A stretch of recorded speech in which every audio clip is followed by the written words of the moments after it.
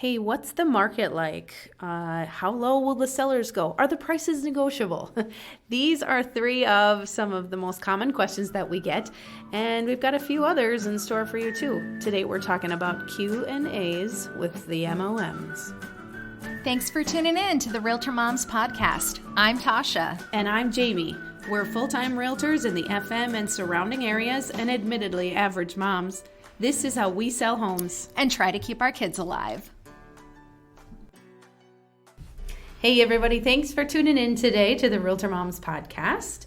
Tasha and I are doing a little Q&As with the MOMs. Oh, yes, we are. I think like anybody in any profession, there are certain questions that that person gets that's in tune with their job, right? That everybody always asks. And we talked about it, and we didn't want to go with the standard options, like, what's my house worth? We wanted those questions that we see repeatedly, but would be a little bit out of the ordinary, that just not some random person wouldn't just think right off the bat. Sure, yeah. And the questions that maybe we can help provide you with a little bit of guidance here. These are the questions that we hear constantly. So, where do we start? You can go first. All right. One thing, it's not what your house is worth, but how many days will it take for my home to sell? Mm-hmm. We see that one quite often. Right. And, keep one hard thing. To answer. That's hard to answer, and it's not as if we can just say that right off the bat. But what I know, at least my approach, is I will do what's called a statistical CMA. That's a statistical market and evaluation with numbers and comparables and homes like yours. And what that does is provide information on, and it can give you days on market for active homes, pending homes, and closed homes. Sure. And so that way, and by days on market, she means how many days the house has been listed for sale. Before it sells. Yes. Correct. Before it's under contract. Correct. Meaning before somebody writes a contract, not necessarily before it's closed and they've moved out. So correct. Just the time that it takes you to advertise it. Correct. And receive an offer and accept it. So I know that's at least my approach and how I find my information. Yeah, and we keep statistics on that too.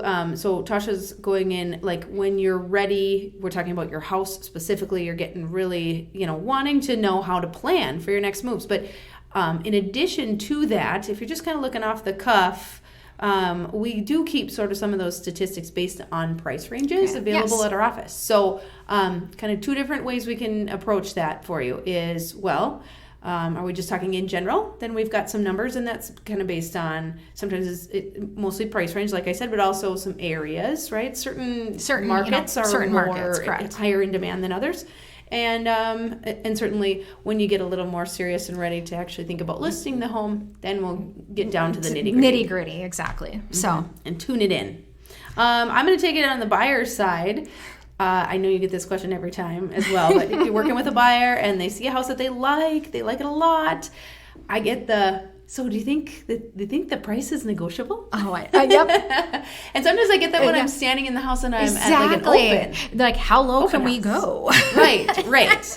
And every single time, it doesn't matter. It's how it always is. And we're gonna give you, so step one, we have to be your realtor under contract in order to give you any of our advice. Like that's kind of where we have to draw the line between a customer and a client, right? And there is a difference in real estate. Yeah, we can't just give Johnny homebuyer who walks into our open house and says, well, will they come down in price? We really can't sort of talk about that because they're not our client. But once you've signed some paperwork with us and we are representing you in your best interest, then gloves are off. We can definitely talk about our that. Feelings. So and definitely give you the answer advice. is yes, or we think it's yes, and sometimes the answer is, you know what, I feel like this is a really good price, and here's why, and we'll provide you with that information. But at the end of the day, it's your decision.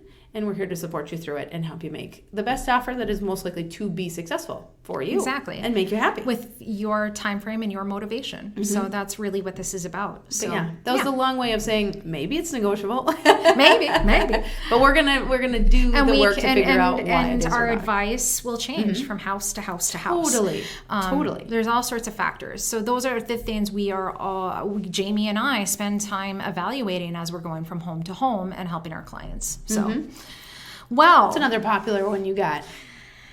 Should I pay off specials? Oh, that's on my list too. I know. I'm sorry. I'm jumping all around, but I had to bring it up. That's a really common one. It's a really common one. And so I we think, should give a recap for our listeners and for our new listeners. Yeah. What are specials? So good luck, Jamie. I'll go ahead and do that. So the short version of special assessments is essentially it's an improvement made in your neighborhood or that affects your neighborhood that the city essentially loans out to the developer or the neighborhood to make that improvement, and then the residents of the neighborhood make payments to pay it back over a certain amount of time. Correct.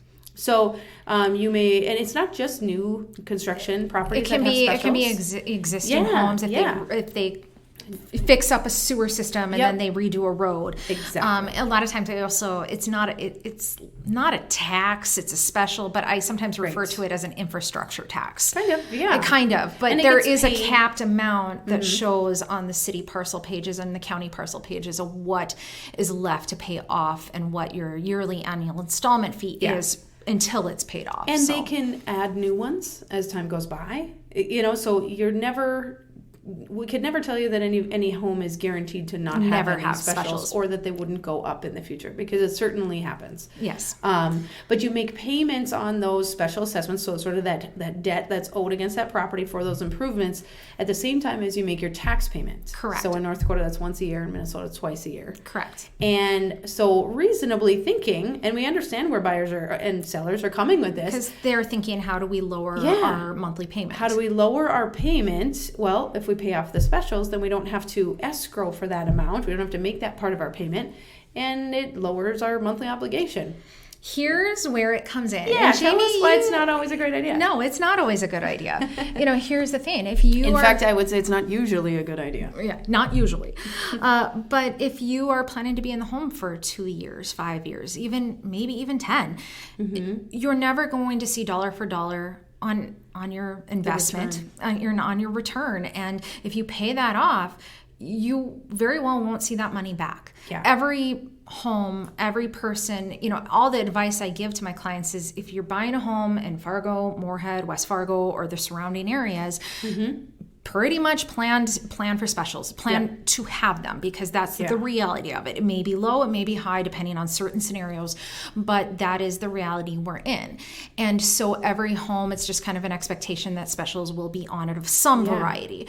So if you pay that off, yes, it's a big selling point, but you're never going to see dollar for dollar for that value. Because when we're looking at homes with our buyers, as realtors, right, we're walking through and the buyers are saying, okay, here's our price range. Go ahead and look for homes for me in this price range. Well, if I've got house A and the cost of it is $300,000, and I've got cost B and the house of it, the listing price of it is $310,000, but house B has $2,000 in specials and house A has $10,000 in specials, ultimately the specials they go to the back seat. All the buyer is looking at is this house is $10,000 more than that house. And we could talk till we're blue in the face about, well, there's special assessments on here that are more than the other or whatnot. But still, they're not necessarily comparing specials. That part. Exactly. So they're looking at the purchase price. So if the buyer's not going to give you credit essentially for the special assessments that you've already paid off, then it's usually not in your best interest to go ahead and pay them off, or it's just kind of like giving away some money. Exactly. As a seller. So generally our advice is no, but of course case by case basis. Sometimes if this is going to be a home you're in for 20 years, great. Or you think you are. But that's the problem. What if plans change? What if things are different? Then guess what? You've just paid off specials. You've just paid the specials off. You're not likely to get it back. So even appraisers look at it differently. Yes. I mean, I've had some appraisers that will give full value, and I have had others that won't.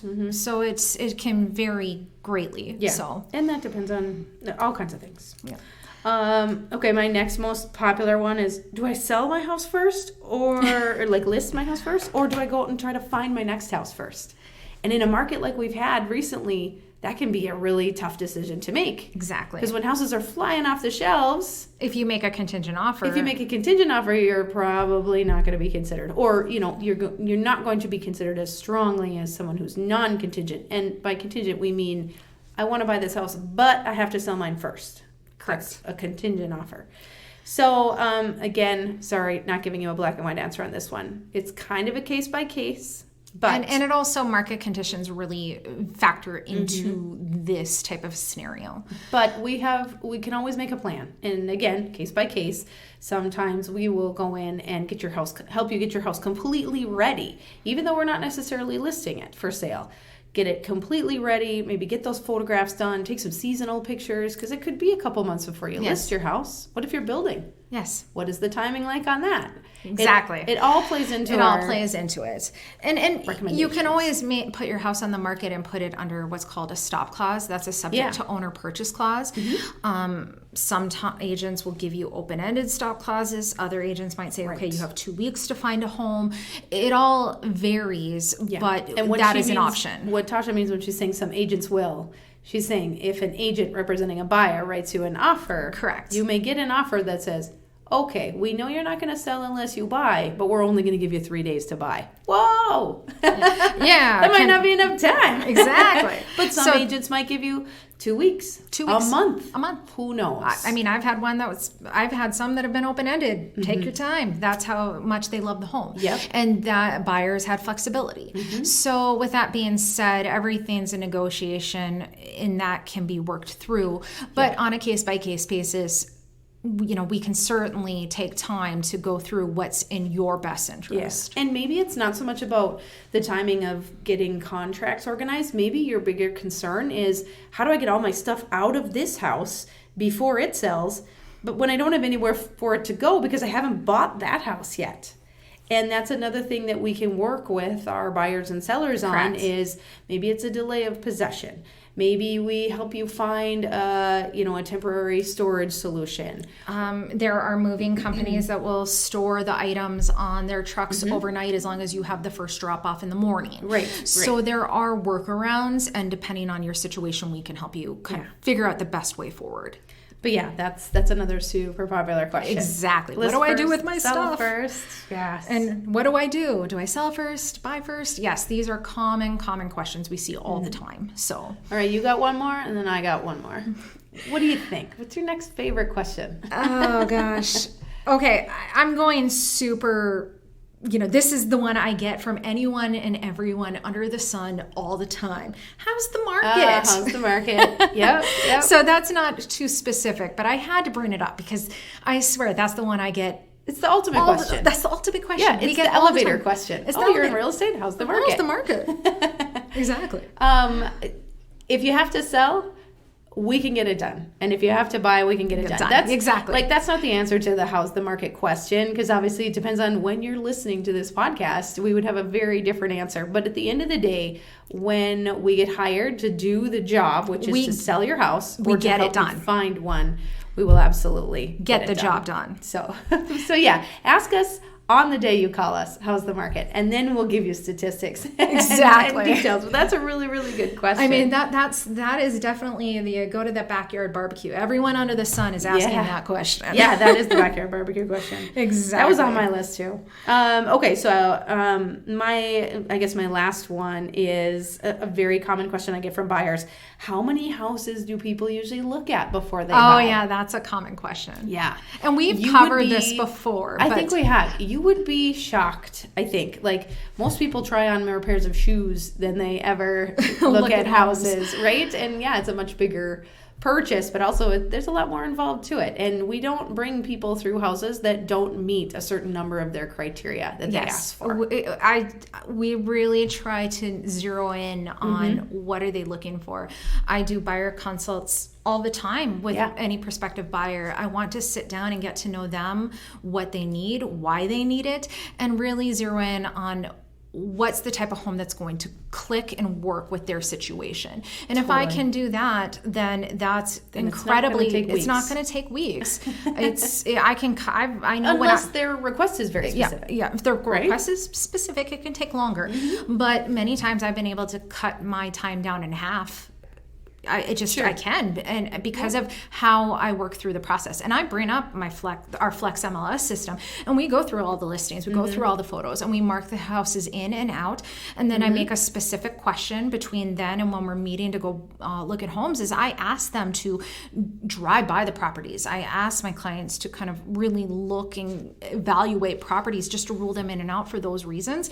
And I would definitely say it has helped. I maybe take people out on average somewhere between, not one, I would say 2 to 3, 4, maybe 5 times at most, but I would say 2 to 4 times, and then we're done. How many houses are you seeing? I try to limit it. This varies. Asking her anyway. I try to keep it somewhere between, if they have a long list, the most I will show is 5, maybe, and this is very rare, 6. But I try to keep it no more than 5. I have a max of 7, but that's pushing it.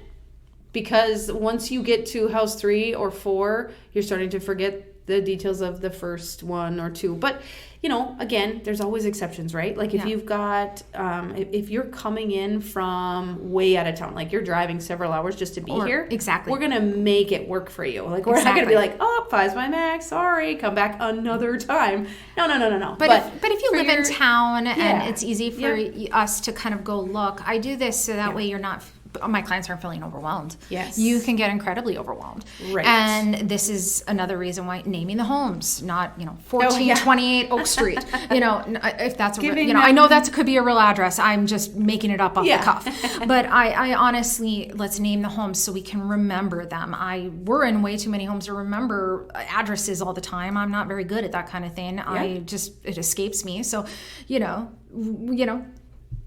the house with the pink door, whatever. Yeah, the pink door house, which is also something to keep in mind when you're selling, is if you've got one thing that's really sort of a distraction, that's going to be the thing, the house of the thing, whatever it is, insert thing here. So I've shown more cat and dog key houses than I care to admit. No.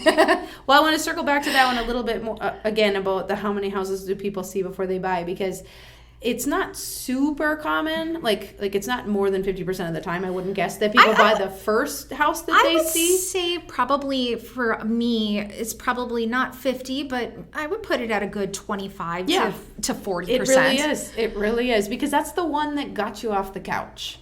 You probably didn't call a realtor the first time you picked up your phone or your computer to peruse the local listings. But that's the one that you kept looking at. That's the one that was an actionable item. That's the one that you went to the open house. That you called us and said, I really maybe want to see this house. It really has got a lot of the things that I'm looking for. Yeah. So I wouldn't know. Yeah, I wouldn't definitely say 50%, but I would say somewhere between 25 to 40%. Right. So somewhere within that range. So so it's not, don't kick yourself if you're so good that the first house you chose to see ends up being the one that you buy. It happens. It sure does.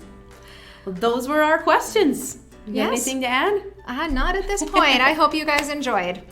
Have a good day. Thanks for listening. Just think, you could hear from us every day if we were your realtors. So give us a call or shoot us a text, send a smoke signal, or find us on Facebook. However you do it, just reach out. We'd love to hear from you. And be sure to subscribe. Find more episodes at RealtorMomsPodcast.com or iTunes. This podcast is produced by Tasha Barrett and Jamie R. Swenson of Park Company Realtors, 4170 41st Avenue South, Fargo, North Dakota.